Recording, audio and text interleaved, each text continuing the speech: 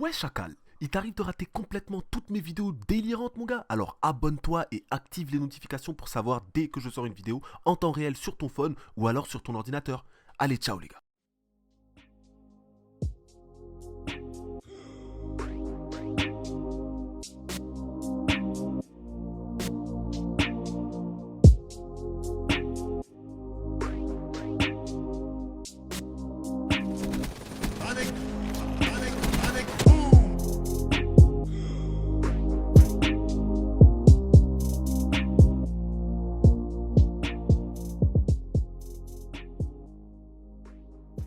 Ouais Chacal, c'est Napo et qui est le marabout, j'espère que tu vas bien, moi en tout cas pour ma part ça va vraiment très bien. Les gars, aujourd'hui j'ai mis un peu de temps pour vous mettre cette vidéo, pourquoi? Je vais vous expliquer un petit peu pourquoi. Cette image en elle-même là que vous voyez à l'écran tout de suite, elle est sortie depuis un moment déjà, elle est sortie depuis soit hier, voire avant-hier je crois, et j'ai mis un petit peu de temps pour vous la proposer parce que j'ai voulu faire une analyse en détail, j'ai voulu vous donner mon impression en détail et non pas seulement vous couvrir l'information très rapidement et donc du coup être un petit peu léger dans ce que je vous raconte. Vous voyez ce que je veux dire? Donc là les gars, aujourd'hui on se retrouve pour analyser un petit peu l'image du prochain Call of Duty, donc qui sera Infinite Warfare, développé par Infinity Ward, qui sortira le 4 novembre 2016, donc le 4 novembre prochain comme vous pouvez le voir à l'écran. Donc au niveau du gameplay, ce sera vraiment un gameplay qui sera pas trop intéressant, je pense pas, je verrai ce que je vous mettrai, mais ne vous intéressez pas trop au gameplay parce que là aujourd'hui j'ai besoin de vous, j'ai besoin de votre imagination, juste pour que vous me disiez un petit peu ce que vous pensez de l'image, ce que vous pensez qu'il y aura,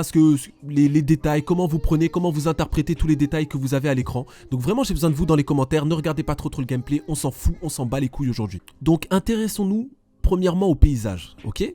Donc vous voyez que le paysage il a l'air un petit peu chaotique quand même, un petit peu mais vraiment chaotique. On voit qu'il y a une guerre, qu'il y a quelque chose qui se passe, il y a des affrontements, ça se voit tout de suite. Et on peut voir derrière le soldat j'y reviendrai un petit peu plus tard dans la vidéo, mais d'abord le paysage, on peut voir derrière le soldat que il y a un vaisseau, d'accord? Un vaisseau qui a déjà atterri ou qui est en train d'atterrir, on ne sait pas, on va pas commencer à faire de grosses suppositions. C'est soit l'un soit l'autre, vu que le soldat vient probablement du vaisseau, vient peut-être d'atterrir et se dirige vers quelque part, donc je ne sais pas. Donc l'air n'a pas l'air très frais, hein. Le niveau pollution a l'air vraiment dégueulasse. Je trouve qu'il y a beaucoup de fumée. Donc il doit y avoir des feux quelque part, un petit peu, un truc comme ça. Même quand on regarde au-dessus du vaisseau, qui est vraiment, c'est censé être le ciel, on voit que vraiment c'est très sombre. Donc on peut se dire que c'est très pollué. Soit la Terre est devenue très polluée, soit ils sont sur une autre planète qui a une atmosphère complètement différente de la nôtre. C'est possible. Donc voilà pourquoi on peut voir qu'il y a un casque à droite de l'image que le soldat tient. Casque qu'il ne porte pas. Donc ça m'a interpellé parce que je me suis dit, c'est bizarre. L'atmosphère a l'air dégueulasse, vraiment. On a l'impression qu'on peut pas respirer là-dedans, dans cette atmosphère-là, dans cet endroit. Et pourtant, le mec tient son casque. C'est-à-dire qu'il n'a pas son casque sur la tête. Donc tu peux te dire, il arrive quand même à respirer. Le mec, il est en train de marcher normal. Il a une belle posture, donc il a pas l'air en détresse. Il a pas l'air dans le mal. Ça m'étonnerait quand même que ce soit sur Terre. Je vais pas vous mentir, les gars. C'est un espace inconnu. On a besoin d'un casque. Peut-être pour respirer à certains moments de la journée, on sait pas, hein, si ça se trouve il y a certains moments où il faut mettre le casque. Donc intéressons-nous au sol à gauche les gars, le sol à gauche où on peut voir qu'il y a beaucoup de fumée. Également le sol à droite, on peut voir qu'il y a beaucoup de fumée. Et il y a de la lumière, donc c'est soit du feu, soit de la lave, soit quelque chose. Ça nous amène à penser que c'est le bordel dans cette planète-là, ou alors sur la Terre, je ne sais pas, je peux pas encore faire de suppositions. Mais donc voilà, il y a soit du feu, soit de la lave, donc c'est un petit peu le bordel. Mais sinon en s'intéressant au paysage un peu plus, on peut pas dire grand chose, encore une fois, parce que l'image est de très mauvaise qualité déjà les gars, sans vous mentir. Et l'image ne montre pas énormément d'informations. Mais bon, ça c'est fait exprès, c'est pour ne pas tout dévoiler. Donc on n'a pas énormément d'informations, j'ai essayé de vous détailler ça comme il se doit. Donc maintenant les gars, on va passer au soldat. Au niveau du soldat, la première chose qu'on peut remarquer les gars, c'est qu'il n'a pas de bras robotisé. En tout cas, on n'a pas l'impression qu'il y a un bras robotisé ou quoi que ce soit, il n'y a pas d'extension robotisée à mon avis. Son corps a l'air complètement humain. Donc ça déjà, c'est peut-être une bonne chose. Pour moi, c'est pas une bonne chose. Je vous expliquerai pourquoi. Pour moi, c'est pas une bonne chose en tout cas.